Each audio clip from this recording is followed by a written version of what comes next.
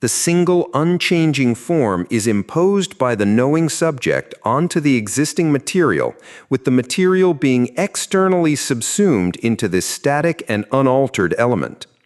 This process, rather than engaging dynamically with the content, treats the material as something inert, to be simply absorbed into the rigid framework provided by the subject. The form itself remains untouched, failing to adapt, evolve, or differentiate in response to the particularities of the material.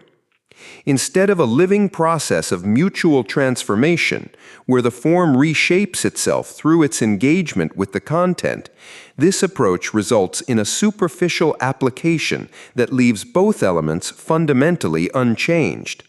Such a method fails to satisfy the legitimate demand for the self-originating richness and self-determining differentiation of forms. True development requires that forms arise from within the material itself, shaped by its inner logic and necessity, rather than being externally imposed. The richness of thought and its articulation must emerge through the dialectical interplay between the form and the content, where each informs and transforms the other. This static external imposition achieves no such thing. It is as deficient in addressing the intrinsic potential of the material as arbitrary notions about the content would be, reducing the act of knowing to a mechanical exercise rather than a dynamic engagement with reality. What results from this approach is a monotonous formalism, where the appearance of diversity is merely a product of the material itself, not the creative interplay of form and content. The differences in content that this formalism appears to generate are not the result of the form's dynamic engagement with the material, but are already present within the material itself, which has been pre-prepared and made familiar. The form contributes nothing new. It merely provides a static lens through which the pre-existing differences are viewed, offering no genuine development or enrichment. This static approach not only impoverishes the process of knowledge, but also diminishes the vitality of the material. By treating the content as something to be passively absorbed, it fails to recognize the material as an active participant in the unfolding of thought. The richness and particularity of the material are flattened, reduced to mere examples of an unchanging formal principle. The form itself becomes sterile, incapable of growth or differentiation because it is never challenged or shaped by the content it seeks to encompass.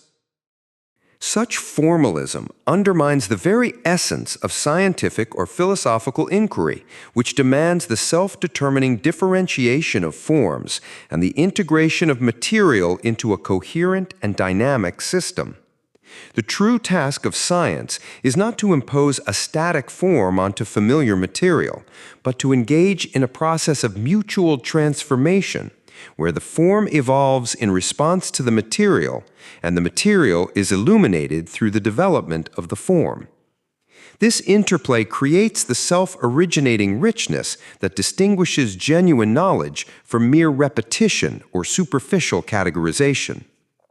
The failure of this static approach lies in its refusal to embrace the dynamic nature of thought, where form and content are not separate but interdependent.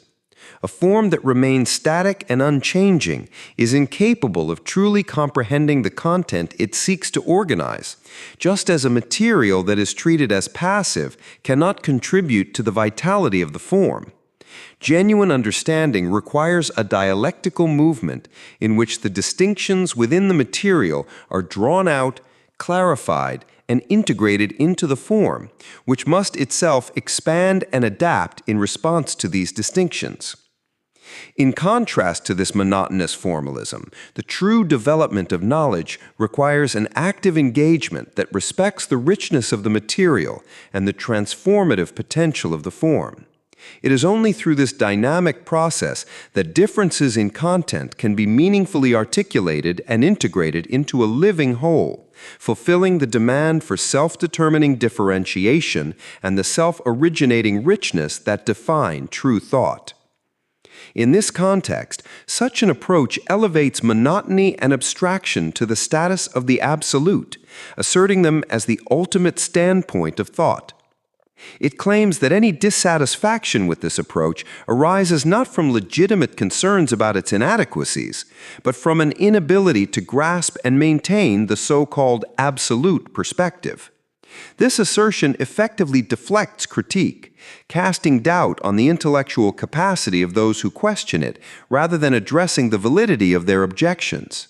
Monotony and abstraction are thus shielded from scrutiny, presented as the pinnacle of understanding, while the dynamic and differentiated movement of thought is dismissed as an inability to adhere to the supposed absolute. Historically, the mere possibility of imagining something differently was often deemed sufficient to refute an idea. This reliance on abstract potentiality rather than substantive critique reduced the rigor of thought to a game of hypothetical alternatives, where the mere suggestion of a different perspective carried as much weight as the established idea itself. In such cases, abstract generality, a possibility untested by reality or necessity, was granted the full positive value of actual knowledge. The result was a superficiality in which form overshadowed content, and the dialectical unfolding of thought was stifled by the ease of hypothetical negation. A similar phenomenon is at play in this contemporary approach, where all value is again attributed to the general idea, now in its form of unreality. The abstract generality is celebrated not as a dynamic principle capable of generating concrete determinations, but as a static endpoint, removed from the labor of differentiation and articulation. This empty universality, which exists without formulating distinctions or engaging with the complexity of its content, is taken to represent the highest achievement of speculative thought. The richness and vitality of thought are sacrificed to this hollow abstraction, which claims legitimacy simply by being called absolute. This tendency culminates in the dissolution of distinctions and determinations, or rather, their unjustified reduction into the abyss of emptiness. Instead of engaging in the rigorous work of developing and justifying distinctions, this approach collapses them into an undifferentiated void, presenting this negation as the hallmark of speculative depth. It mistakes the absence of structure for profundity, equating the dissolution of distinctions with the realization of the absolute. What is celebrated as speculative thought is, in fact, a retreat into abstraction, where the labor of concrete articulation is replaced by the false simplicity of undifferentiated generality. Such a standpoint not only undermines the true essence of speculative thought, but also alienates the richness of reality itself. The absolute, conceived as a living and self-unfolding totality, cannot be reduced to an empty abstraction. Its truth lies in its capacity to generate and integrate distinctions, revealing itself through the dynamic interplay of unity and particularity. To dissolve these distinctions without justification is not to comprehend the absolute, but to obscure it, replacing its vibrant complexity with the monotony of a static generality.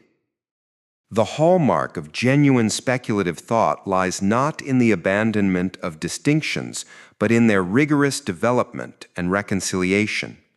It requires the articulation of the universal within the particular, demonstrating how the absolute manifests itself through the determinate forms of thought and reality. True speculation does not retreat into the unreality of abstract generality, but engages fully with the richness of content, revealing the necessity and coherence of distinctions as moments of the whole. Thus, the attribution of all value to monotony and abstract generality represents a profound misunderstanding of the speculative task. It mistakes the dissolution of form for profundity and the reduction of distinctions for universality. In doing so, it abandons the labor of thought, replacing the dynamic unfolding of the absolute with a lifeless abstraction. True speculative thought, by contrast, recognizes that the absolute is not a static generality, but a living totality, realized through the continuous process of differentiation, mediation, and integration. To consider some existence as it is in the absolute, under this reductive approach, amounts to little more than asserting that such existence is now being spoken of as something within the absolute framework. But in reality, it does not truly exist in any differentiated or meaningful way. This mode of thinking reduces all distinctions and particularities to the abstract claim that all things are one in the absolute, often expressed in tautological statements like A equals A. While this may give the appearance of profound insight, it is in fact an empty gesture, devoid of substantive content or explanatory power. The richness and specificity of reality are sacrificed to a hollow generality that obliterates all meaningful distinctions. To oppose this one-sided notion that in the absolute all is equal, to the differentiated and fulfilled knowledge that science seeks, or to the knowledge that demands fulfillment, is to reveal its profound inadequacy. This perspective presents the absolute not as a living, dynamic totality, but as the proverbial night in which all cows are black. In such a night, distinctions vanish, and with them the possibility of true understanding. The absolute is reduced to a formless void, a universal sameness that negates the diversity and richness of existence, rather than integrating and articulating it. What is offered as a vision of the ultimate is in fact the naivete of empty cognition, a superficial abstraction that mistakes the absence of differentiation for profundity.